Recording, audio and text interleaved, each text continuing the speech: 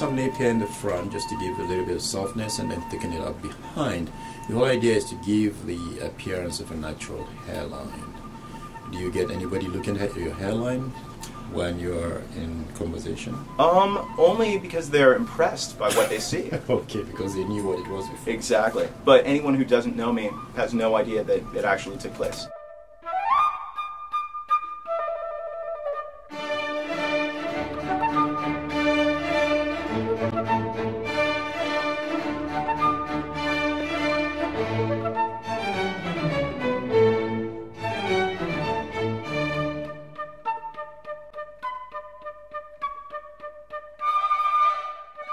$500 grafts went to your crown, and that's the crown. Just 500 grafts. Right. Small but effective.